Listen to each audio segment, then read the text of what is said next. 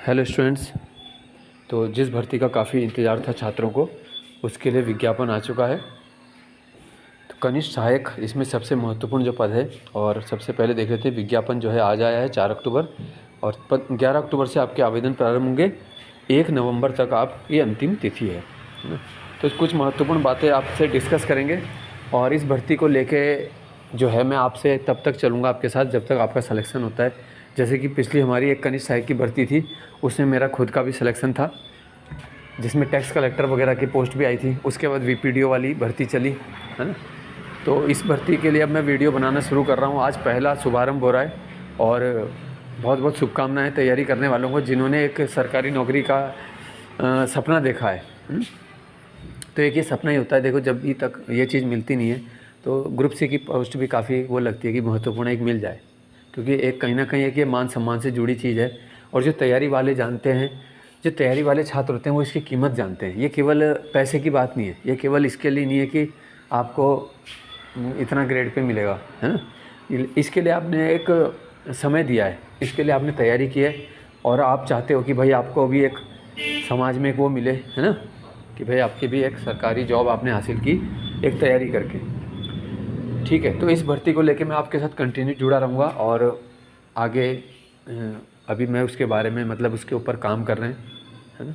तो YouTube में GS से संबंधित वीडियो भी आपके लिए पूरे लाए जाएंगे। तो बात करते हैं अभी विज्ञापन की। ठीक है, अब जनरल के लिए देखो कंपटीशन अभी पहले से टफ था, लेकिन अभी और टफ हो चुका है। तो उसके लिए भी फिर आपका क्या उपाय रहेगा, कैसे आप तैयारी करने वाले हो, क्या स्ट्रेटजी थोड़ा सा बदलनी पड़ेगी, और उससे थोड़ा सा एक कदम आपको आगे रहना पड़ेगा। ठीक है ना। देखो, तैयारी सभी करते हैं, और इस भर्ती में भी आप देखोगे कि फॉर्म भरने वाले हर बार की तरह 1.5 लाख 2 लाख हो जाएंगे, है ना। कभी 1 लाख से 2 लाख के बीच हो ही जाते हैं नॉर्मली। जैसे वीपीडीओ था हमारा, तो उसमें 2,13,000 के लगभग कुल आवेदन थे। ठीक है, पोस्ट जबकि रहती है 850 के लगभग, 900 के लगभग थी उसमें, यानी कि 0.5% जो है सिलेक्शन चांसेस है। तो हमें ये नहीं देखना है कि कितने लाख फॉर्म भर रहे हैं। ठीक है, तो आपको बस अपनी तैयारी पे विश्वास होना चाहिए। आपकी तैयारी 1 साल है, 2 साल है, 3 साल है, किसी की इससे भी ज़्यादा भी होगी, है ना। लेकिन आपको किसी भी चीज़ को सबसे पहले तो देखो हल्के में नहीं लेना है।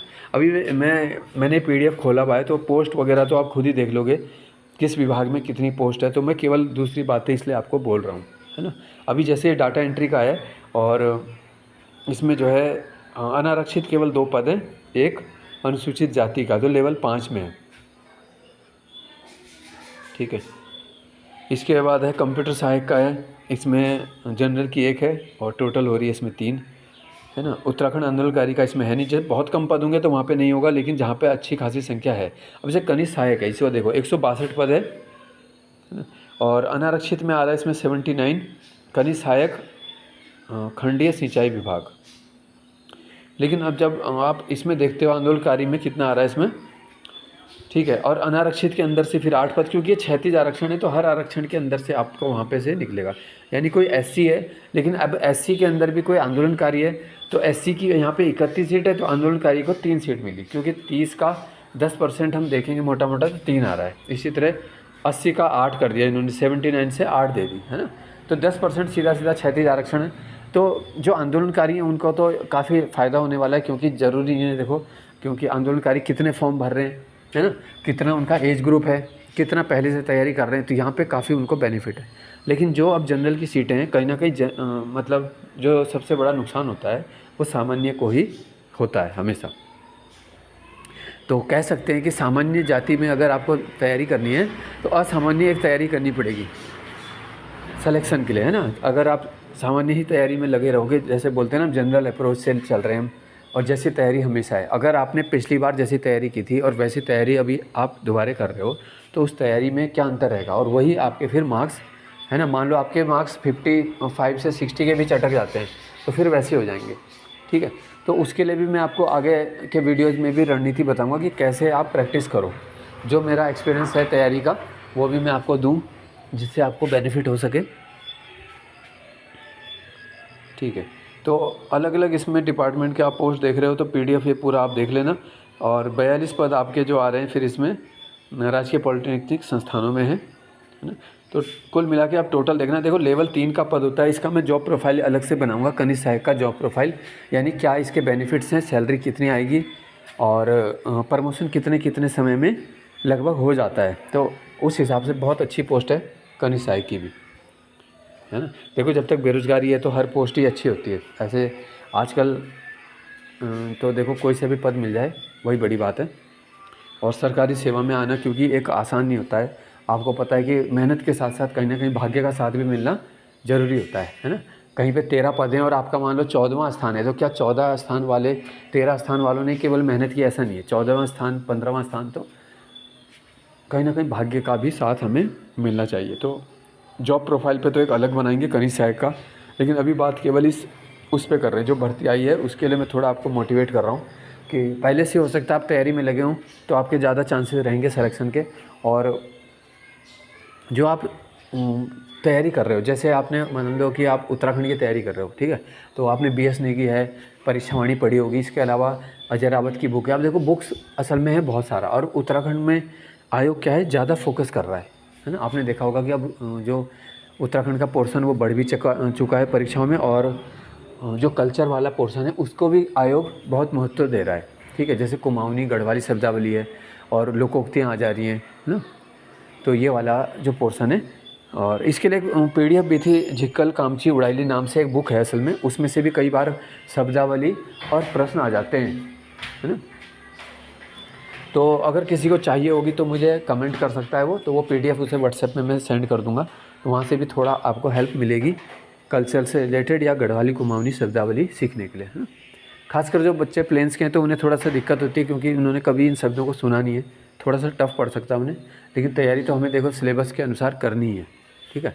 तो उत्तराखंड आप जितना ज़्यादा पढ़ सकते हैं पढ़िए उसे, परीक्षावाणी से पूरा जितनी बार रिवीजन हो सके, BS नेगी का करिए, इन 2 बुक से भी काफ़ी ज़्यादा आ जाता है। लेकिन फिर एग्ज़ाम पैटर्न देखिए आप पिछला पेपर, और उसके हिसाब से फिर लगना है, मतलब प्रैक्टिस सेट, है ना।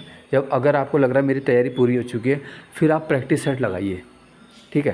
क्योंकि जब आप प्रैक्टिस सेट लगाने शुरू करते हैं तो आपको वास्तविक कमी पता लगती है। मान लो 40 नंबर का उत्तराखंड है तो आपको पता लग रहा है मैंने इतना % क्वेश्चन मेरे सही जा रहे हैं, मान लो आपका 70% सही जा रहा है, तो आपको टारगेट रखना है कि मुझे 80 से 90% में लाना है उसको, है ना। क्योंकि उत्तराखंड में क्या है, उत्तराखंड को बहुत अच्छे से बच्चे पढ़ते हैं, बहुत सालों से पढ़ रहे हैं, तो आपको इसमें जितनी मास्टरी हासिल हो सकती है, बहुत अच्छी कमांड की ज़रूरत है।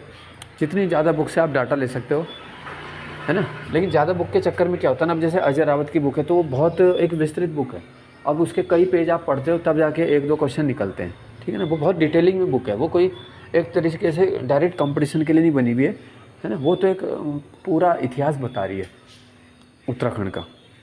तो आपको ऐसी बुक्स ज़्यादा सेलेक्ट करनी है जो एग्ज़ाम पॉइंट ऑफ व्यू से, मतलब जिसे हम बोलते हैं कि स्मार्ट स्टडी, मतलब टाइम का भी ध्यान रखना है, पढ़ाई भी ऐसी करनी है, ठीक है।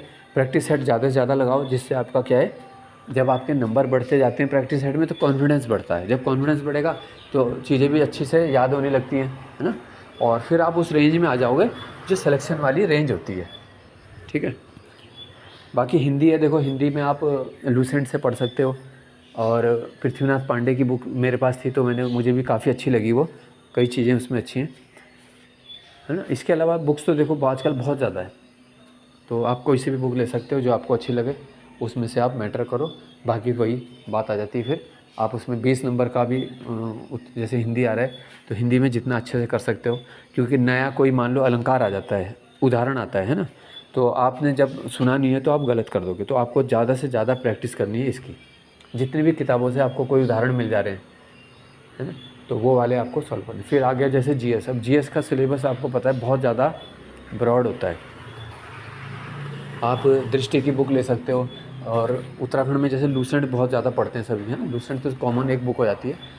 तो और जो लोग अपर PCS और लोअर PCS की भी तैयारी करते हैं, हालांकि उनके पास तो ज़्यादा मैटर रहता है, पर जो केवल ग्रुप C यानी MCQ लेवल पे ही फोकस रहते हैं, है ना, उनको थोड़ा ध्यान रखना पड़ता है कि GS छूटे ना, क्योंकि GS में एक एक क्वेश्चन बड़ा महत्वपूर्ण हो जाता है और इसको कवर करना थोड़ा मुश्किल होता है, ठीक है। क्योंकि आपका उत्तराखंड हिंदी और रीजनिंग के बाद बहुत कम अंक बचते हैं जो GS के लिए होंगे, और GS का सिलेबस बहुत हमारा विस्तृत है, ठीक है। आपको देखो ज्योग्राफी, पॉलिटी और हिस्ट्री, ये सब चीज़ें, ठीक है, करंट अफेयर्स, तो ये सब बहुत सारी चीज़ें को आपको कवर करते हुए चलना पड़ता है ना। तो आप दृष्टि वाली ले लो, उसमें आपको अच्छे से पॉइंट्स मिल जाएंगे।